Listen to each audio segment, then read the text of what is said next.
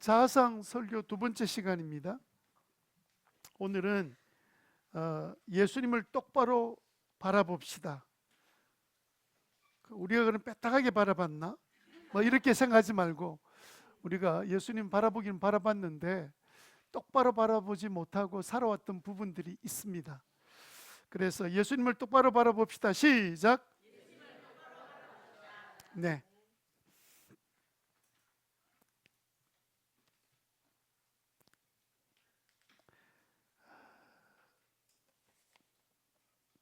여러분, 기독교 서적 중에 제자입니까?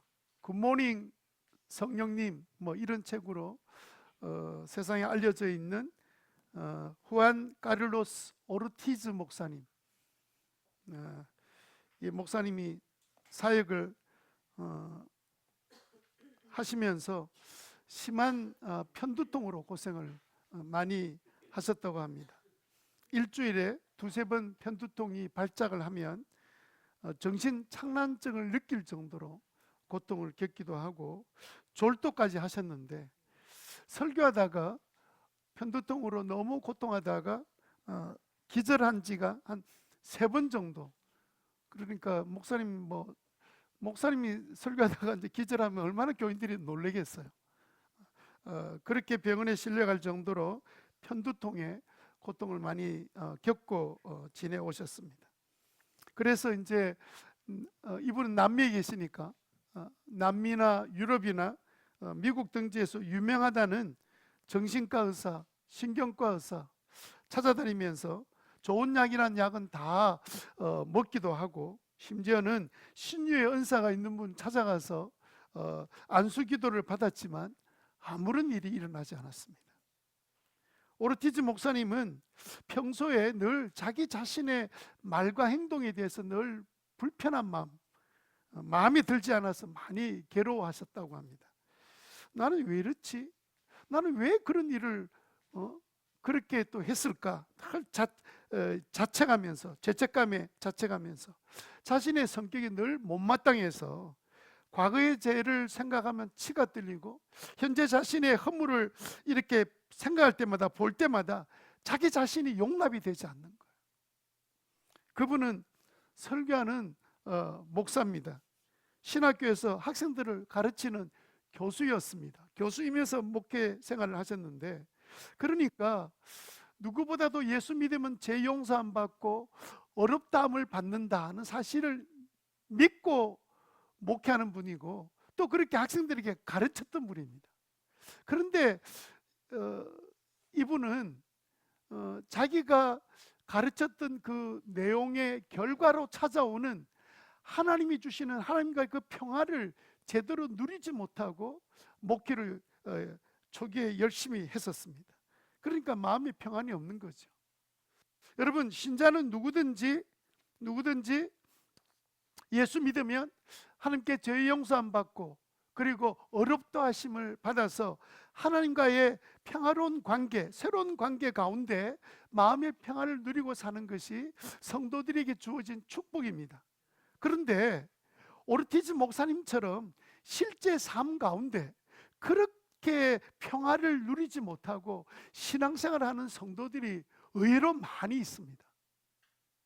저도 지난 날들을 돌이켜보면 죄책감 때문에 괴로워하기도 하고, 또 회개하는 그 순간에는 마음의 평안을 누리다가도 또 일정한 시간이 지나서 다시 그 죄가 생각이 나면 또 괴로워하고, 여전히 고치지 못하는 나의 연약함과 그 과거의 습관 때문에 고통하며 힘들었던 적이 많았습니다. 여러분들은 어떠세요? 여러분들은 예수 믿은 다음에 마음의 평안을 느껴보신 적이 있습니까? 제가 다시 묻겠습니다. 예수 믿고 난 다음에 마음의 평안을 누려본 적이 있습니까? 그런데 여러분, 혹시 가끔은 평안을 누리다가도 죄책감 때문에 막 시달리고 평안을 잃은 채 살아가고 계시지는 않습니까? 우리는 예수 믿으면 그 이전에 경험하지 못했던 죄 용서와 평안을 누리는 것으로 신앙생활이 시작된 게 맞습니다. 이것은 예수님으로 말미암아 예수님께서 하셨던 일 때문에 원수였던 하나님과의 관계가 완전히 새롭게 그분과의 관계가 평화로운 관계를 이룰 수 있게 되면서 말할 수 없는 평안이 우리 마음에 찾아오게 되는 거죠. 여러분, 하나님과는 원수였습니다. 하나님을 저주하고 믿지 않던 우리들이, 하나님이 어디 있어? 이렇게 함부로 말했던 우리들이 오늘날 예수 믿으면서 그 예수님 은혜로 말미암아 재용서함 받고 이제 어렵다함을 입었습니다.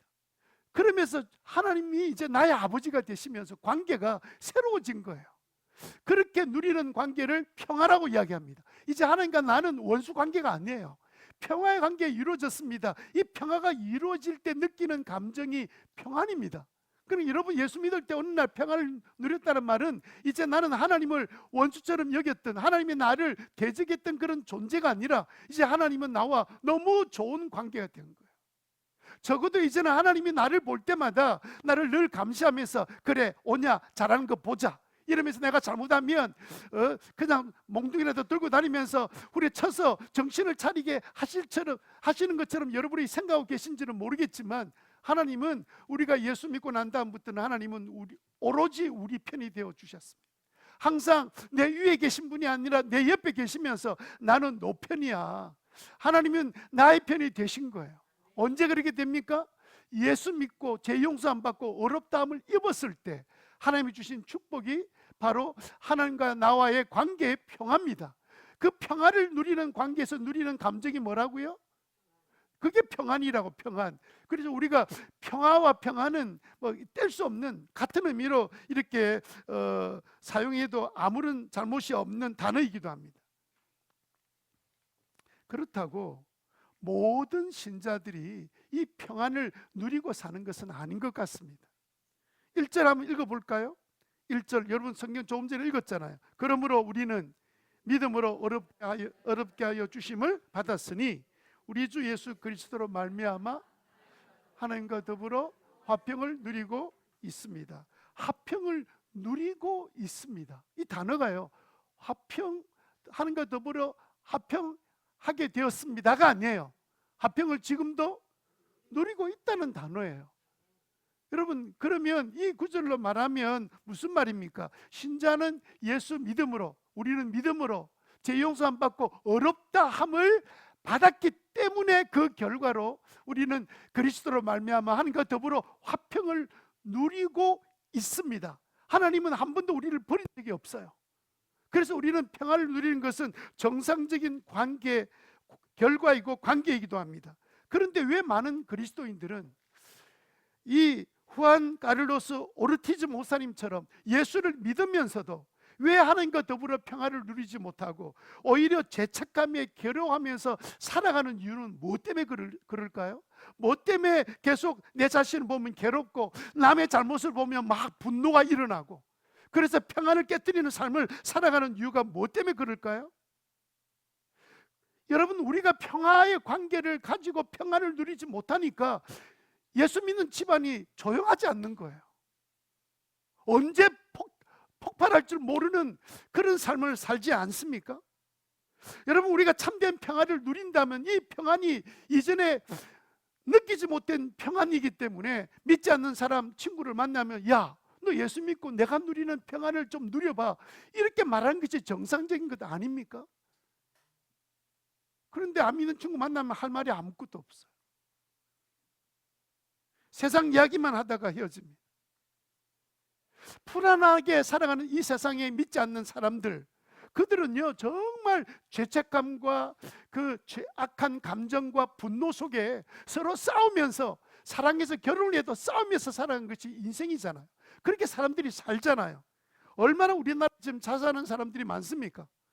분노로 가득 차서 자살하고 억울해서 자살하고 이런 사람 얼마나 많습니까? 왜 이런 복된 소식은 우리가 전할 만한 우리 평안의 이 기쁨을 누리지 못하고 살고 있어서 그렇지는 않은지, 혹시 우리는 세상 사람들처럼 믿기 전에처럼 죄책감에 시달리면서 죽지 못해서 마지 못해서 살고 있는 것은 혹시 아닙니까? 왜 예수 믿는 신자들이 평안을 누리지 못할까요? 그 이유는 무엇 때문입니까? 오늘 본문은요, 우리들에게 참된 평화를 주신 그 예수 그리스도, 그분이 우리 주신 참된 평안, 그 평안을 마음이 누리지 못하는, 예수 믿는다는 신자들이 누리지 못하는 그 이유를 설명하고 있습니다. 그리고 참된 평안을 누릴 수 있는 그 비결을 우리에게 가르쳐주고 있는 본문이 오늘 바로 로마서 5장의 1절 2절 말씀이에요. 믿지 않는 사람들은요, 예수 믿지 않기 때문에 하나님으로부터 한없는 용서를 받은 것이 경험된 적이 없기 때문에 서로 미워하고 서로 저주하며 사는 것은 저는 이해가 돼요. 나도 예수 안 믿으면 그렇게 살 거니까 아마 그렇게 살았을 거예요. 저는 가끔 그냥 뉴스에서나 무슨 사건이 터지면요, 저는 마음속에 어떤 마음이 드냐면 이런 마음이 들어요. 나도 예수 안 믿었으면 나 저 자리에 가 있는 주인공 돼 있을지도 몰라. 나도 저렇게 살았을 거야 아마. 왜 우리는 교회 다니면서 예수 믿는다면서 평안을 누리지 못한 채 그냥 당연히 이렇게 사는 거는, 내가 보니까 우리 부모님도 그렇게 믿음으로 산다 하면서 그렇게 사니까 나도 그렇게 사는 거 정상적인 거 아니야? 이렇게 아무런 고민도 하지 않고 받아들이는 우리들을 향해서 1절에 이렇게 말하는 거예요. 그 이유를 이렇게 말합니다. 평안을 누리지 못한 이유가 무엇이냐? 1절을 제대로 이해하지 못한 거예요. 1절을 다 같이 한번 읽어보실래요? 1절 다시 한번 읽습니다. 시작.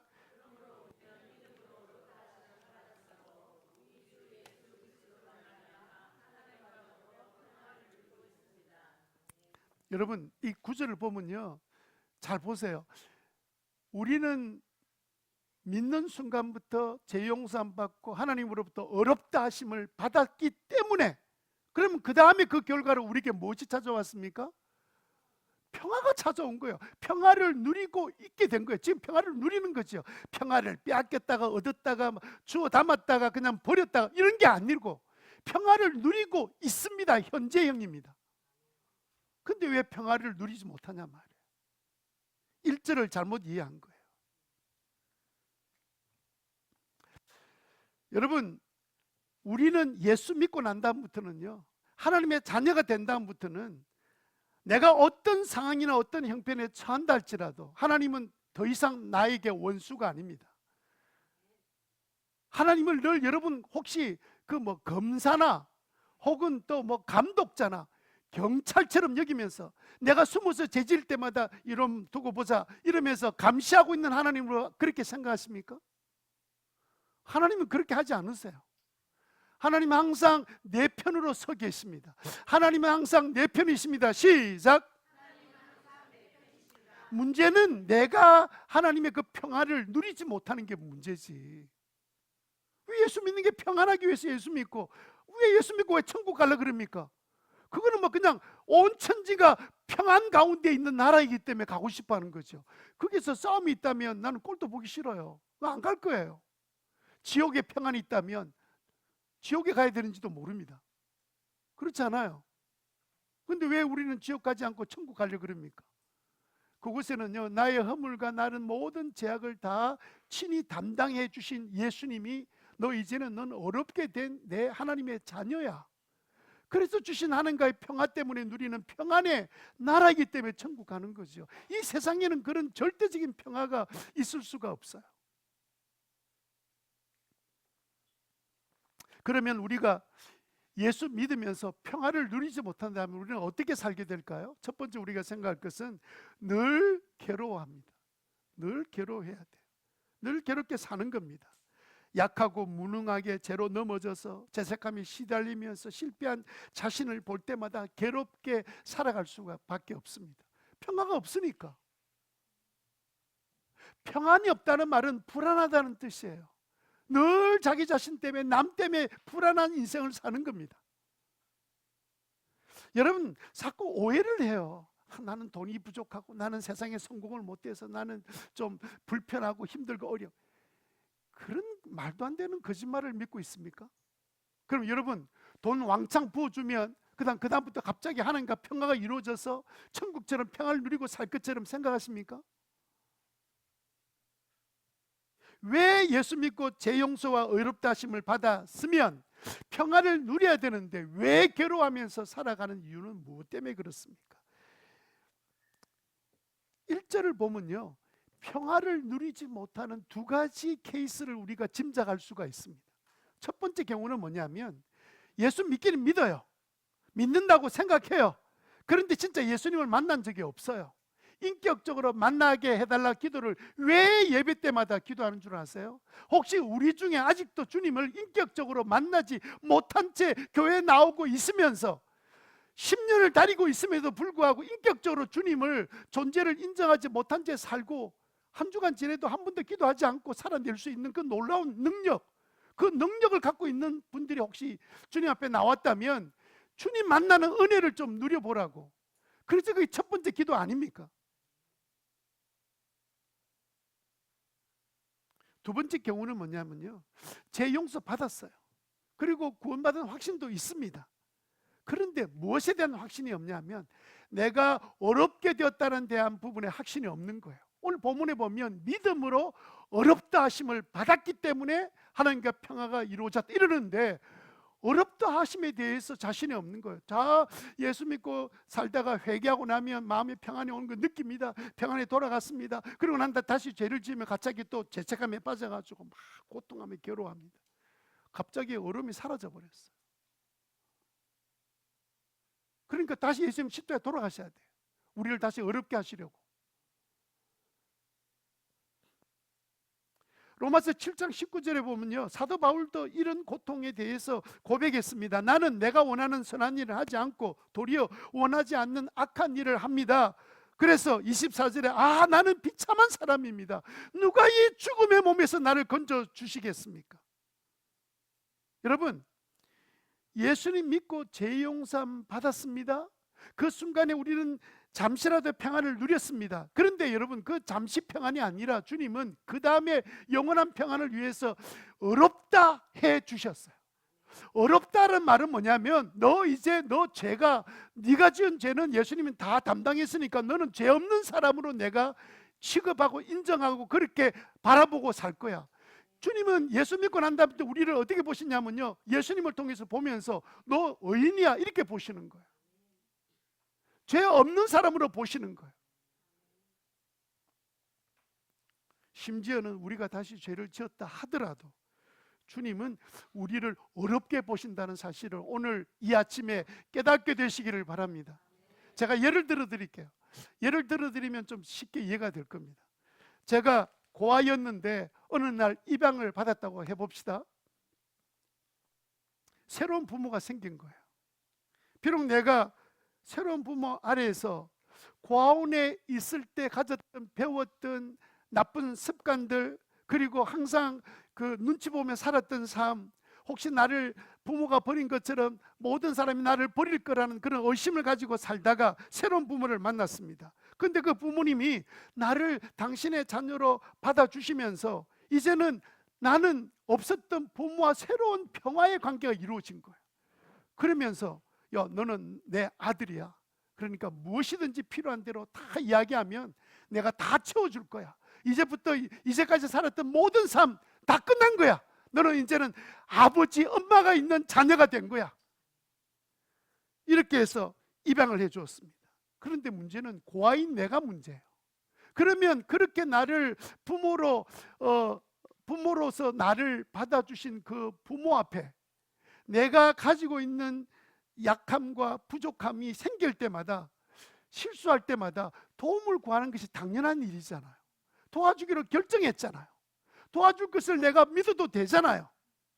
그런데 여전히 고아 때 행동은 계속 내게서 떠나지 않고 남아 있습니다. 왜 남아 있지요? 입양됐으면 갑자기 옛날 습관이 다 사라집니까? 입양만 된 거죠. 여전히 과거의 습관이 있는 것 새 부모도 알고 있습니다. 이제는 자녀의 특권을 누리면 돼요. 왜냐하면 이제는 과거의 습관이 나의 삶에 그냥 아예 붙어 있기 때문에 그랬습니다. 그래서 이제 새로운 부모는 그것조차도 다 받아주기를 결정하고 나를 자녀로 만든 겁니다. 이제 자녀의 특권 누리면 돼요. 혼자서 실수할 때마다 들킬까 싶어서 혹시 이러다가 자꾸 반복하면 저분들이 날 버리지 않을까? 이런 생각을 혹시 사람들에게는 가질 수 있지만 혹시 하나님에게도 그런 생각 가집니까? 내가 잘못하면 하나님 날 버릴 거야. 어느 날 갑자기 나를 버려서 다시는 하나님 앞에 나오지 못하게 만들 거야. 혹시 그렇게 생각하십니까? 그런데 이 고아로 살던 이 눈치만 보던 삶이 혹시라도 내가 이런 모습을 보여주면 부모가 실망하고 절망해서 나를 다시 파양할지도 몰라. 이런 생각이 내 마음속에 있으니까 잘못하면 자꾸 감추는 거예요. 없는 것처럼, 그때서는 아무 일이 없는 것처럼 그렇게 행동하면서 돌아서서는 후회하고 죄책감에 빠져 사는 거예요. 그리고 또 앞에 또 세부모 앞에서는 또 아무런 일이 없는 것처럼 찬송 부르고 기도하고 막 이래 할렐루야 놀렐루야 하고 있습니다. 진짜 놀랄 일이죠. 이런 모습을 세부모가 이렇게 막 들킬까 싶어서 감추고 파양될까 싶어서 막 속이고 이런 삶을 보면 세부모는 얼마나 마음이 아프겠습니까? 얘가 정말 깊은 병에 들었구나. 내가 분명히 너 모든 문제를 내가 다 내 자녀로 여기고 너 문제는 내 문제야. 나는 항상 네 편이야. 걱정하지 마. 네가 부족하면 내가 채워줄 것이고 네가 잘못 행동하면 내가 대신 보상해 줄 것이고 내가 아버지잖아.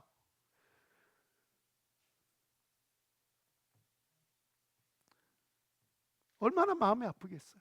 잘못했을 때 쫓아가서 자 아버지 제 좀 도와주세요. 걱정하지 마. 내가 너 편이잖아. 이게 안 믿어지는 거예요. 우리나라 기독 신자들이요 자아상에 대해 지금 자아상 설교하고 있습니다.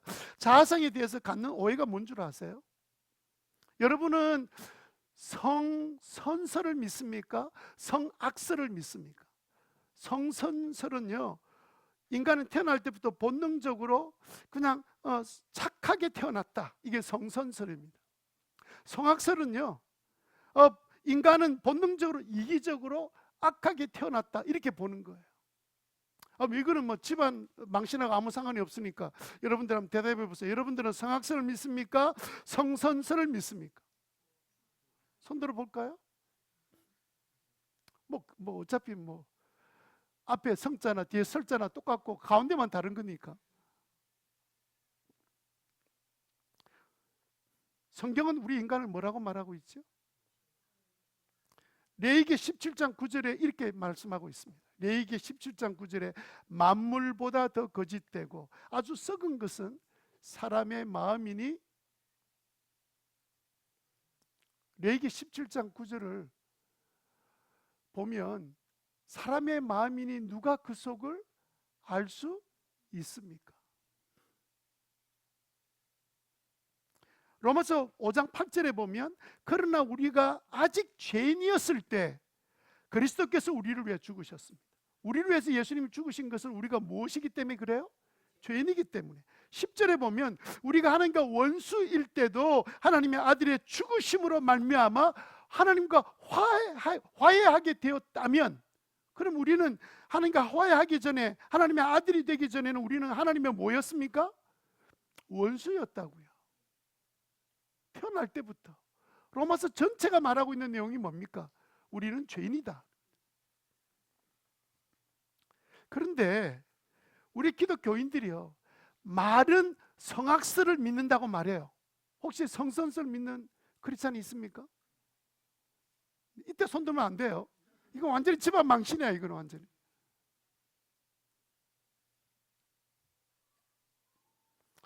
말은 성악설을 믿는다고 말하면서도 생활 속에는요 성선설을 믿고 있어요. 제가 예를 한번 들어볼까요? 어떤 사람이 진짜 아주 고약한 행동을 했습니다. 막 뉴스에 나오고 막 그냥 동네에서도 소문이 났다 합시다. 그러면 사람들은 뭐라고 말해야 됩니까? 아이고 저 사람 아직도 변화가 안 돼가지고 저렇게 개고생이구나, 불쌍하다. 나도 하나님 안 믿으면 저 친구하고 동기생이 될 뻔했을 텐데, 그렇게 말을 하게 됩니까? 아니면 아이고 저런 인간들은 싹 쓸어서 어디 쓰레기통에 버릴 수 없나? 어디 저쪽에 뭐 그냥, 저도 그런 이야기 옛날에 한 것 같아요. 저기 근데 외딴 섬에다 다 모아가지고 함께 저들끼리 찢고 복도로 그냥 내버려두면 좀 이 세상이 좀 살만할 텐데, 귀신은 저런 사람 안 잡아가고 뭐 하고 있나? 뭐 귀신이 그런 거 잡아가는 일을 하는 겁니까? 믿는 사람 못 믿게 하는 일을 하는 거지. 그런 개풀 뜯어먹는 그런 소리를 여러분 듣고 있어도 되겠습니까?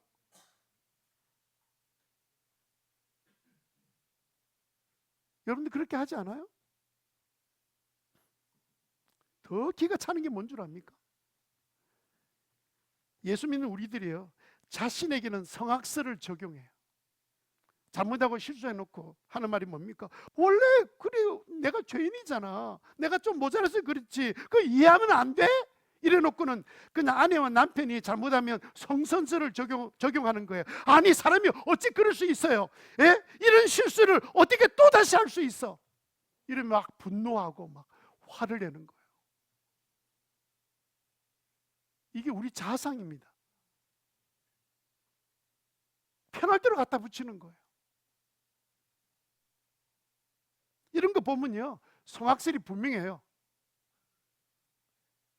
이런 생각으로 다른 사람을 보면서 사니까 얼마나 괴롭습니까? 그러다가 어느 날 자기 꼬라지를 보니까 맨날 자기는 또 감추고 있거든요. 겉으로는 아주 번지르하게 선하고 착한 것처럼, 우아한 것처럼, 멋있는 사람처럼 보이려고 애를 쓰는데 실제로는 자기는 그렇게 안 살고 있으니까 괴로운 거예요.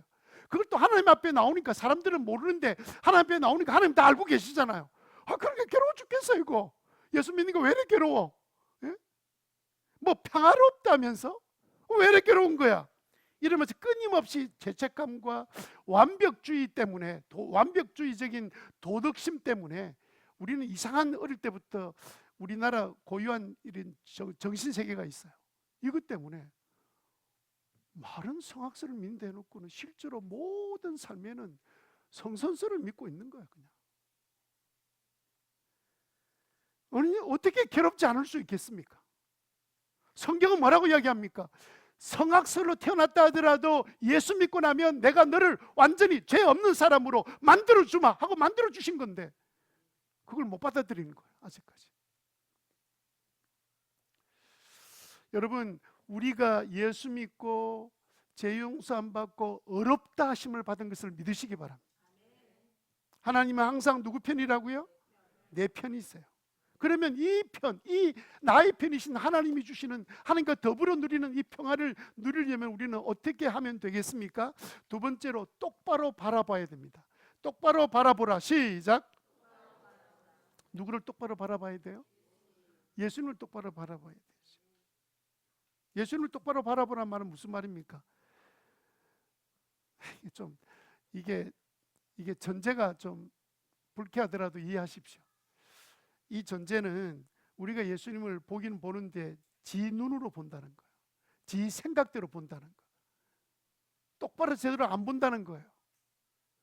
사람들이 희한하게도요, 하나님을 믿으면서 성경 말씀 다 믿는 것처럼 보이죠. 전부 다 자기 생각 믿고 산다고 보셔야 돼요. 우선 다 자기가 이해한 대로 믿고 사는 거예요. 뭐 아무리 목사 앞에 떠들어도요, 그냥 자기 생각대로 행동하고 자기대로 결정해요. 그게 정상적이에요. 뭐 저도 그렇게 결정하니까.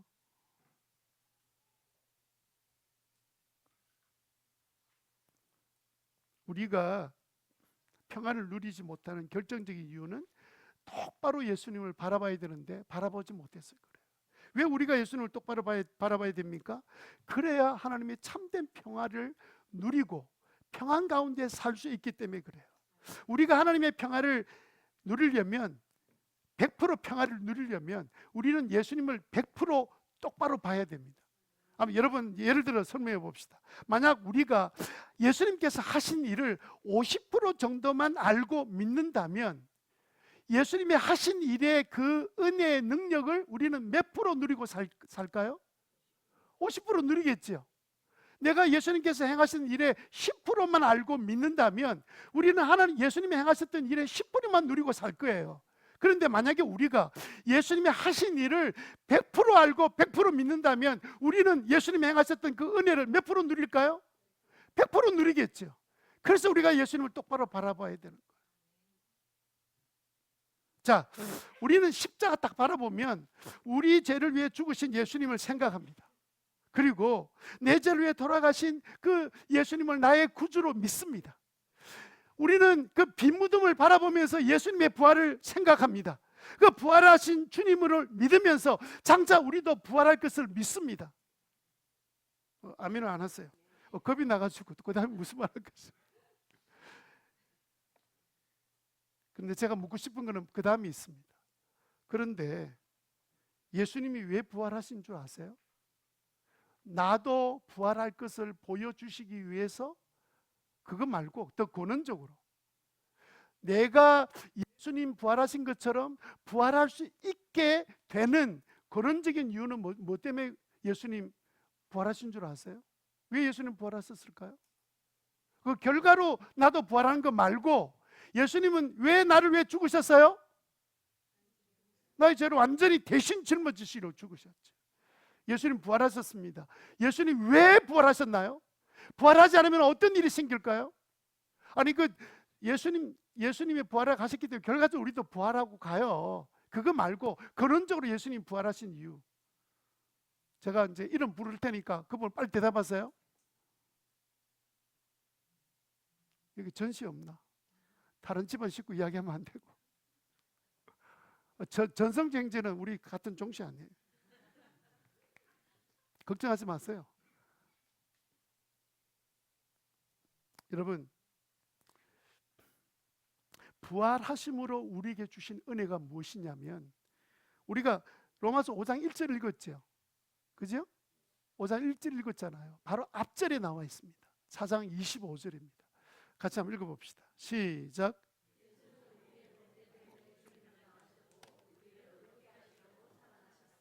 뭐 하려고 살아나셨다고요?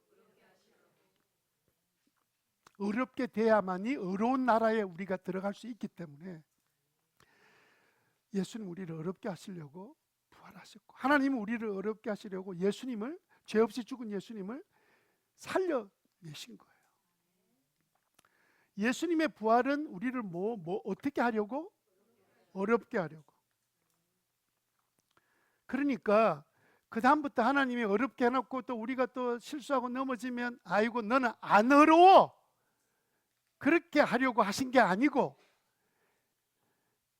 주님은 우리를 위해서 죽으실 때 단번에 죽으심으로 모든 죄를 위해서 죽으셨습니다. 아멘. 그러니까 여러분들은 예수 딱 믿을 때 몇 프로 어렵게 된 거예요? 100% 어렵게 된 거죠. 예수님의 부활을 믿는 순간에 우리는 그 결과로 우리는 평화를 누리고 있다. 나의 행동과 아무 상관없이 나는 그 평화 가운데, 언약을 맺은 가운데 내가 있는 거예요. 여러분, 그냥 자녀 삼았으면 자녀가 좀 잘못한다고 잘못할 때마다 호적 지압불라. 나 그렇게 말하는 어른들 보면 그냥 한 대 때려주고 싶어요. 대주지도 못하면서 왜 그래 쓸데없는 이야기 하는지 몰라. 그 공갈 협박입니다. 공갈 협박. 골로새서 2장 13절에 뭐라고 말씀하신 줄 아세요? 골로새서 2장 13절에 시작.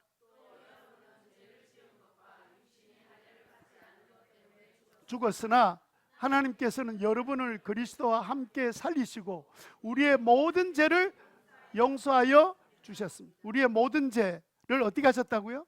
용서해 주세요. 이 모든 죄 속에 과거에 지은 죄 들어가 있을까 안 들어가 있을까요? 현재 내가 지은 죄 들어가 있을까요 안 들어가 있을까요? 미래에 내가 지은 죄도 들어갈까요 안 들어갈까요? 안 들어갔다면 다시 예수님 시대 돌아가셔야 돼. 단번에 돌아가실 때 우리의 모든 죄를 다 친히 담당하셨습니다. 이걸 믿게 되기를 바랍니다. 그런데 왜 자꾸 과거의 죄 때문에 고통해요? 우리 예수 믿을 때 예수님 다 대신 죽으셨는데, 모든 죄를 다 용서해 주셨는데, 왜 현재 완전하지 못한 나의 모습 완전하지 못하지요?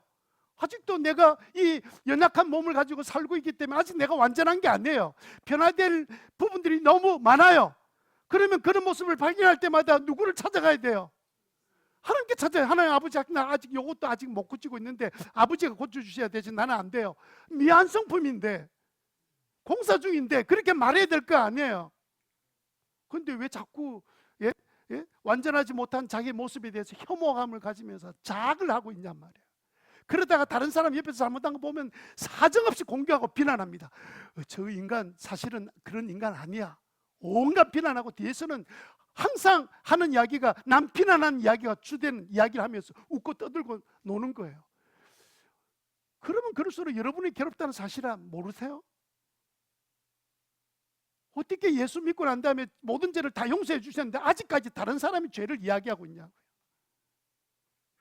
그러니까 괴롭게 사는 거지. 자기 스스로 괴롭게 사는 거예요. 왜 공사 중에 있는 형제 자매들의 잘못을 보면 아이고 나도 저 상황이면 똑같이 그렇게 했을 건데 그게 왜 이해가 안 되냔 말이에요. 비난하고 뒤에서 수근거리고. 그러니까 하나님 주신 그 평화가 우리에게 주신데도 불구하고 평안의 감정을 내가 못 누리는 거예요. 여러분, 세상에도요 일사부재리의 원칙이 있습니다. 일사부재리가 뭐예요? 뭐렇게 썼습니까? 또 좀 이야기해 보겠습니다. 일사부재리의 원칙이 뭐예요? 세상에도요 한 번 지불한 죄의 대가는 다시 벌할 수 없다는 거예요. 한 번 벌을 내렸죠. 다시 두 번 벌을 못 내립니다. 세상도 그래요. 그러니까 여러분, 예수님께서 우리를 위해서 대가를 다 지불하실 때 하나님 다시 우리 믿는 우리들을 벌할 수가 없어요. 그 다른 말로 말하면 우리를 어렵게 만들어 주신 거예요.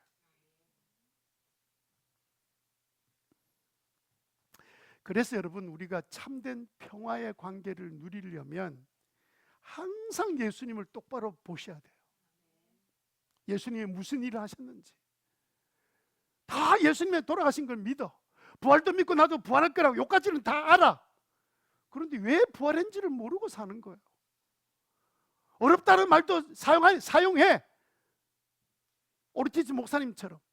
그런데 그 사실이 뭘 포함하고 있는지는 또 자세히 몰라. 그래 얼마나 답답하게 살겠습니까? 그래서 히브리서 기자는 히브리서 12장 2절에 이렇게 말했습니다. 믿음의 창시자요 완성자이신 예수를 바라봅시다. 뭘 완성했어요? 우리 죄를 완전히 용서하시는 일을 완성하셨고 우리를 어렵게 만드신 일을 완성하신 그분을 우리는 뭐 해야 돼요? 바라보고 살아야지. 왜 자꾸 다른 걸 바라보냔 말이에요.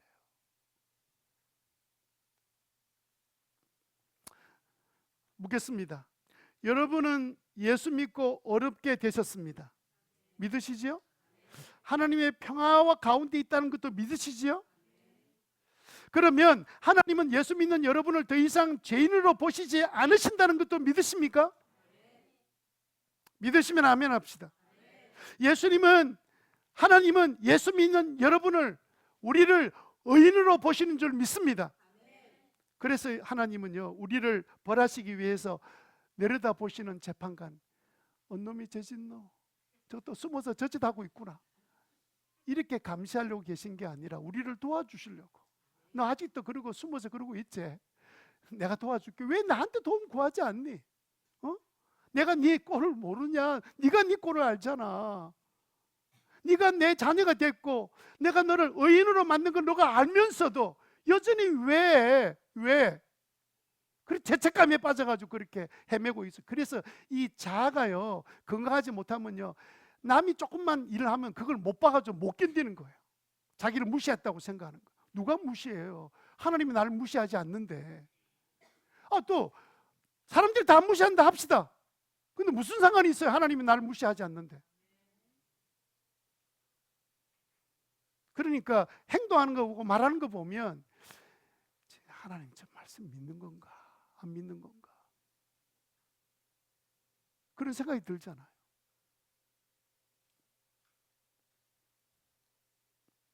오히려 하나님은 내 옆에 오셔서 파라클레토스, 나의 약함을 도우시고 잘못된 길을 가려고 하면 막아주시고 그리고 나를 편드시는 내 편의 하나님이심을 믿으시기 바랍니다. 그럼 우리가 예수님을 똑바로 바라보려고 하면 어떻게 될까요? 이 조금 전에 한 말씀을 정리하면 첫 번째는요 예수님이 이루신 일을 다 믿으셔야 돼. 100% 믿으셔야 돼. 예수님이 이루신 일을 100% 믿으시기 바랍니다. 내가 예수 믿을 때 모든 죄 용서 받았습니다. 용서해 주셨어요? 그거 아직도 잘 확실히 안 믿어지면 지체하지 말고 두 번째로 뭐 해야 돼요? 확실히 예수님 영접하셔야 돼요. 확실히 예수님 영접해야 돼요. 그거는요 목사도 마찬가지입니다. 여러분 목사는 확실히 다 아는 것처럼 믿는 것처럼, 아니 조금 전에 제가 처음 설교하면서 예를 들었던 그분은 유명한 목사님이에요. 그분도 그랬다니까. 근데 나는 대단하다 또 나를 또 감춥니까? 나는 그래도 예수 믿는 사람인데 왜 내 속을 알려고 해? 왜 그래요? 그럼 편안해집니까?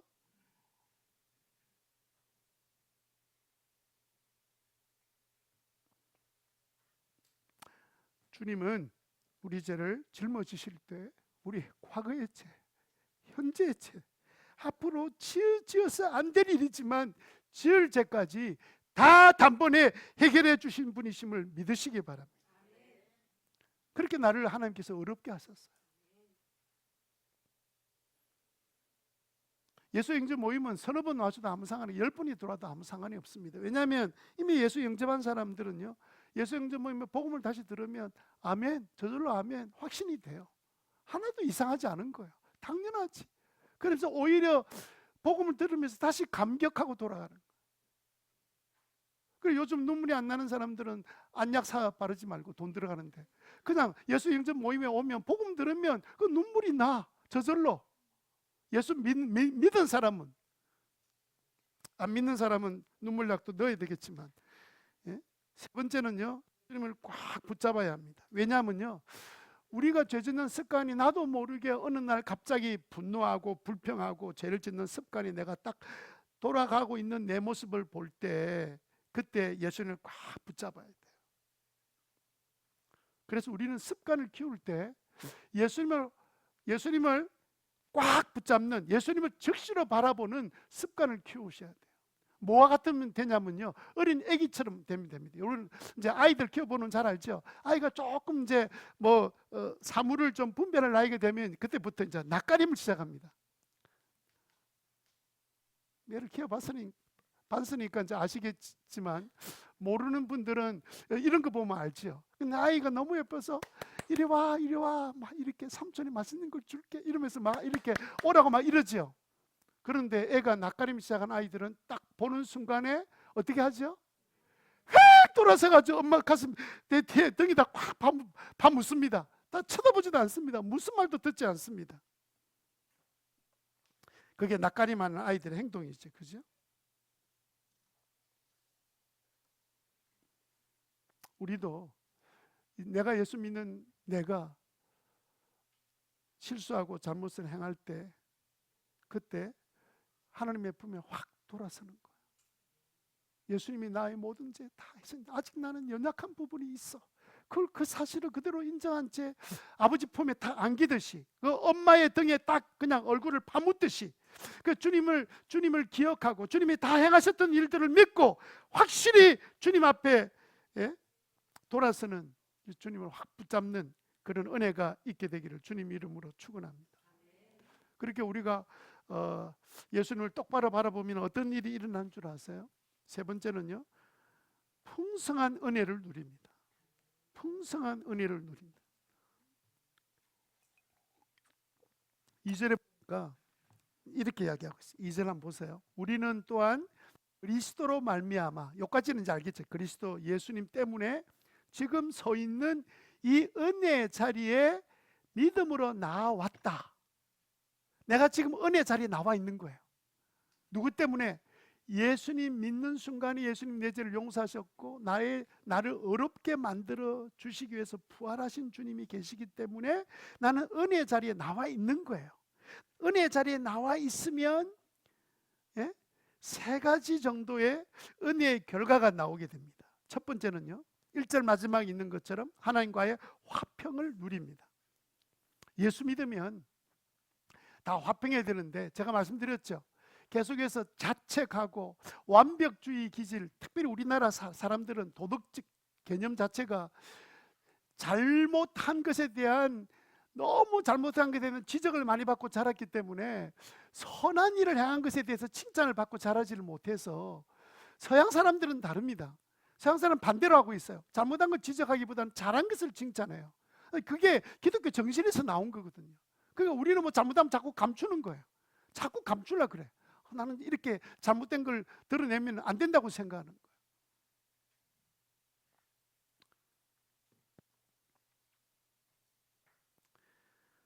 여러분 몸이 아무리 괴롭게 아프다 할지라도, 아무리 가난하다 할지라도, 아무리 힘든 일이 태산처럼 쌓였다 할지라도 여러분 가슴을 촉촉이 적시는 하나님의 평안이 있음을 믿으시기 바랍니다. 누리게 되시기 바랍니다. 그래서 로마서 5장 10절에 뭐라고 합니까? 같이 읽겠습니다. 시작.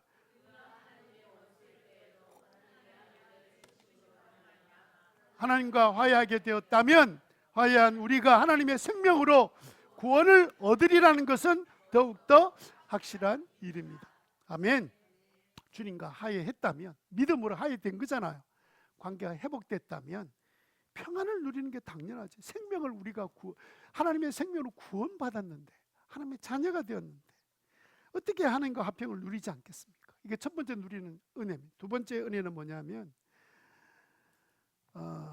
5장 2절에 보면 그리스도로 말미암아 지금 서 있는 은혜의 자리에 나오게 되었으며 이렇게 되어 있는데, 개정 성경에는 어떻게 됐냐면 이렇게 되어 있어요. 우리가 믿음으로 서 있는 이 은혜에 들어감을 얻었으며, 요거 보는 관점에 따라 들어가는 거고, 나오는 거거든요. 하나님 관점에서 보면 은혜로 나오는 거고, 우리 관점에서는 들어가는 거예요. 성경이 틀렸다, 이 구절 봐라, 들어갔다 나갔다 지 마음대로잖아. 그걸 어떻게 그렇게 해석을 해요? 들어갔다는 말은 도착했다는 뜻입니다. 예수님을 믿음으로 어렵다 하심을 받은 사람, 이신칭의를 믿는 사람은 하나님의 은혜의 보좌에 나가는 특권을 갖고 있는 거예요. 그래서 이브리서 4장 16절에 뭐라고 말합니까? 그러므로 우리는 담대하게 은혜의 보좌로 나아갑시다. 그래서 우리는 자비를 받고 은혜를 입어서 제때 주시는 하나님의 도움을 받도록 하십시다. 옛날 개정에는 뭐라 그럽니까? 그러므로 우리는 긍휼하심을 받고 때를 따라 돕는 은혜를 얻기 위하여 은혜의 보좌에 담대히 나아갈 것이니, 이렇게 돼 있잖아요. 우리는 놀랍게도 예수님 다 바라보고 예수님이 행하셨던 그 일을 바라보는 순간에 우리는 은혜의 보좌로 나가는 거예요. 그래서 우리는 하나님께 나아갈 특권, 게다가 우리가 하나님께 나가서 구하기만 하면 다 응답받는 특권을 우리가 누리고 있습니다. 그래서 우리가 기도 끝나고 나면 누구 이름으로 기도를 마쳐요? 우리 담임 목사님의 이름으로 기도드립니다. 이러면 하나님께서 뭐라 그러시겠어요? 이게 또 이단이 났네. 그러지 않겠어요? 우리는 누구 이름으로 기도해요? 예수님이 다 이루셨거든요. 그래서 우리가 예수님 이름으로 기도하는 거예요. 세 번째로 우리는 하나님 어떤 은혜를 누리냐면 하나님의 영광을 바라고 즐거워하게 됩니다. 하나님의 영광을 바라보는 삶을 누리는 거예요. 여러분들은 지금까지 계속 살면서도 어떻게든지 하나님을 통해서 내 영광을 좀 누리는 세상의 삶을 살아야 될 텐데 언제 이 날이 올 것인가 이러면서 자꾸 이상한 생각을 하기 쉬운데, 여러분, 아버지가 영광 받아야 자식의 영광은 저절로 받는 거예요. 아버지는 영광이 안 되는데 자식이 나에게 영광 받겠대요. 그러면 아버지하고 아들하고 무슨 관계 있어요? 그걸 남이라 그랬잖아요. 남, 옆집 아저씨. 하나님의 영광을 받으면 자녀는 자동적으로 받는 거 아니에요? 이 집은 아닌가 봐. 아니에요? 하나님께 영광 받으면 저절로 내가 영광 받잖아요. 근데 하나님 제쳐놓고 내가 영광 받겠대, 세상에서. 그럼 뭐해 도대체? 그러니까 하나님과의 화평의 관계가 정확하게 정리가 안 된 거예요. 내가 어렵게 됐다는 이 개념, 머리는 이제 오늘 설교 듣고 머리로는 되는데 아직까지 내 가슴에 하나님이 나를 어렵게 하셨음을 감사하고 찬양하고 이런 기쁜 자리에 들어가야 되는데, 그 다른 게 안 들어가 있으면 이제 다 가르치기는 하는 이 교수님처럼 가르치기는 하는데 누리지는 못하는.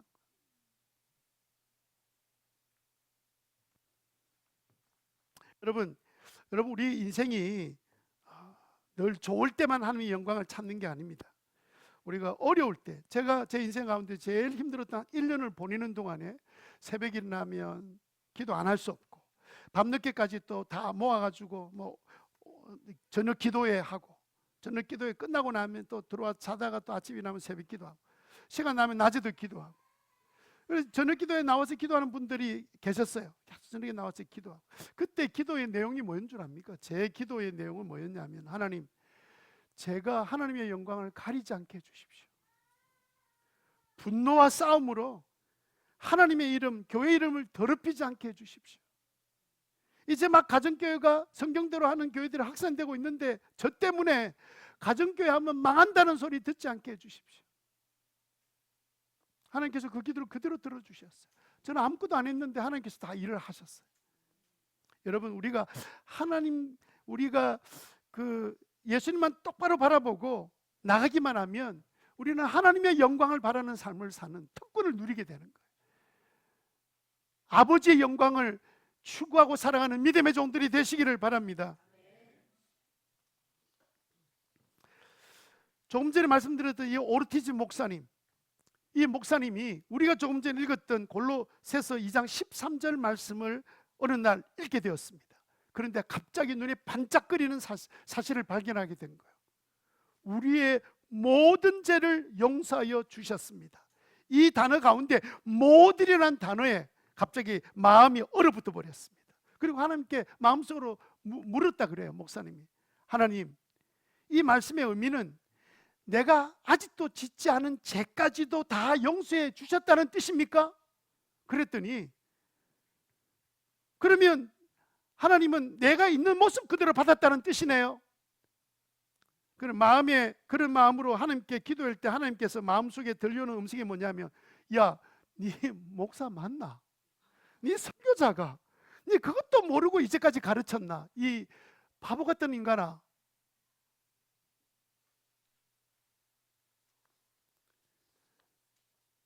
그러니까 그때까지 예수 믿으면 모든 죄 사해 주신다는 걸 머리로만 이해했지, 내가 갈등하고 고민하는 내 마음에 있는 고통까지 다 해결해 놓으신 예수님으로 믿지를 못했던 거예요. 화평을 누리지 못했던 거예요. 그 다음에 그 마음속에 주님이 들려주시는 음성이 뭐였냐면, 네 문제가 뭔 줄 아냐? 너는 뭐 설교도 잘하고 가르치기도 잘하는데 너는 지금 내가 용서하고 받아들인 너는 네 자신이 안 받아들이고 있는 거야. 내 아들 예수의 피로 나는 충분하게 만족스럽게 너의 모든 문제를 해결해 놓았는데 왜 너는 불만족스럽게 여기면서 내가 만족이 여기는 예수 그리스도의 피를 너는 왜 불만족스럽다고 이야기하냐? 예수 그리스도는 완전히 이루어 놓았는데 마치 완전하지 못한 것처럼. 도대체 넌 누구냐? 넌 나보다 더 거룩한 자냐? 그런 주님의 속에 들려오는 음성 때문에 그가 큰 깨달음 앞에 하나님 앞에 회개하고 예수님의 피로 충분하다, 예수님의 피로 충분하다, 예수님 피로 충분하다. 시작. 아멘. 더 이상 죄책감을 가지고 갈등할 게 아니라 쫓아가서 주님 앞에, 내가 아직까지 부족해서 또 내가 이 실수를 저질렀는데 내 힘으로는 안 돼요. 주님 도와주신다 그랬으니까 나를 도와주세요. 이런 하나님과 올바른 관계를 통해서 평안을 누리는 그 은혜를 누리는 저와 여러분 되시기를 바랍니다. 이분이요, 그날 십자가의 공로가 어디까지 자신에게 이루어진지를 깨닫고 난 다음에 그분이 이런 표현을 했습니다. 나는 내 자신을 껴안아 주었다. 내 죄 많고 약한 나의 자신을 내가 껴안아 주었다. 아버지가 나를 껴안아 주신 것처럼. 그런데 놀라운 일은 뭐냐면요, 자기의 죄 때문에 갈등하며 살았던 자신의 삶 가운데 3주 후에 그의 편두통이 사라져 버렸습니다. 그리고 그 후에 다시는 그 편두통 때문에 힘들어하지 않는 삶을 살게 됩니다. 그 편두통이 자신의 삶에 대한 괴로움 때문에 생긴, 우리는 그렇게도 괴로워하지 않는데 이분은 심각하게 괴로워하면서 생겼던 편두통이 사라져버려요. 믿음의 주여 온전케 하시는 예수님을 바라보게 되시기를 바랍니다.